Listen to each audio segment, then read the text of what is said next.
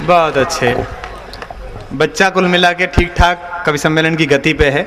उसने कवि सम्मेलन की आदिम संस्कृति के अनुसार काव्य पाठ चुटकुले से शुरू किया, इसके लिए मैं उसको बधाई देता हूँ, आशीर्वाद देता हूँ।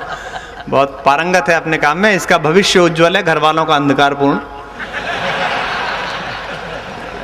बताओ भाई, जब कवियों के साथ बैठेगा तो कैसे होगा।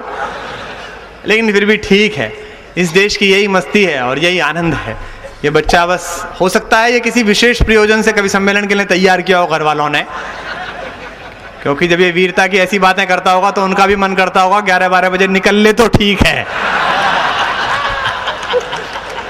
पता पड़ा किस दिन पिताजी ने लाइन सुन ली कि ऐसे नामर्दों को गोली मार देना चाहिए। अभी ज्ञान मामला। लेकिन बच्चे ने, सबसे बड़ी बात ये नहीं है, बात ये नहीं है उसने क्या सुनाया, बात ये नहीं है कि उसका कथ्य कैसा है, बात ये नहीं है कि उसमें सत्य कितना है। बात यह है कि इतनी हजारों की भीड़ में जिस माइक के सामने खड़े होने पर बड़े बड़े कीर्तिवान लोग लटपटा जाते हैं, वहाँ जिस कौशल, जिस सामर्थ्य, जिस आत्मविश्वास के साथ ये खड़ा हुआ है, उससे सिद्ध होता है कि भारत के सांस्कृतिक महाकवि कालिदास मालवा में ही पैदा हुए थे। मैं मालवा की मिट्टी के इस बेटे के लिए चाहता हूँ एक बार जोरदार तालियां बजाकर आप उसका सम्मान करें बहुत मन से।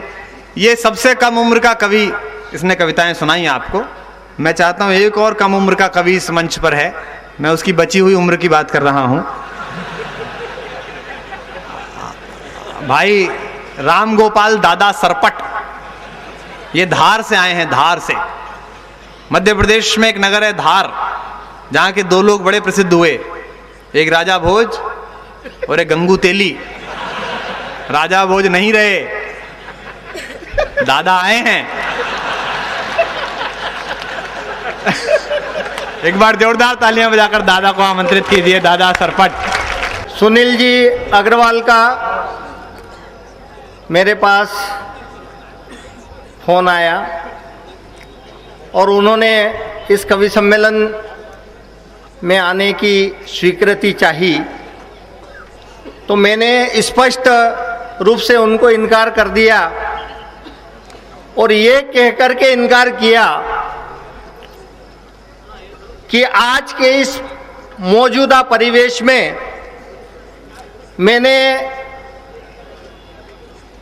समय का अभाव है, काम का दबाव है और संघ का प्रभाव है, इसके चलते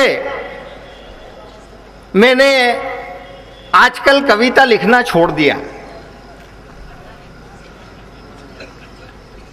फिर भी इन्होंने कहा कि मैंने आपको सुना था इसलिए आपको आना पड़ेगा। तो मैं इस मंच से कविता लिखना क्यों छोड़ा, मैंने अपने जीवन की अंतिम कविता लिखी और मंदसौर के सुधी श्रोताओं और मंच को मैं ये पंक्तियां भेंट कर रहा हूं। स्वागत है, स्वागत है। कि आजकल मैंने, जगदीश जी, आजकल मैंने लिखना पढ़ना छोड़ दिया है, अपने जीवन को नया मोड़ दिया है।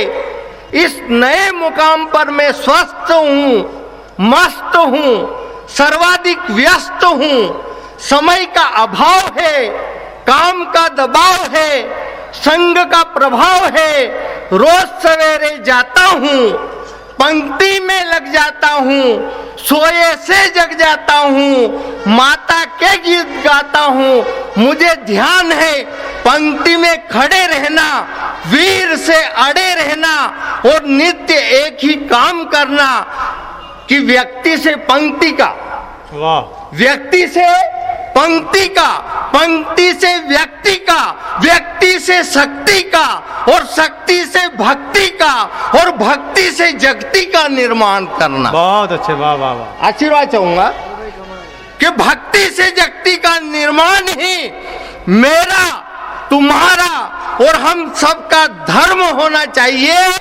और रगों में जमा लहू अब गर्म होना चाहिए, रगों में जमा लहू अब गर्म होना चाहिए। बहुत अच्छे, वाह वाह वाह। मैं अपनी पुरानी कविताएं आपके बीच में प्रस्तुत कर रहा हूं।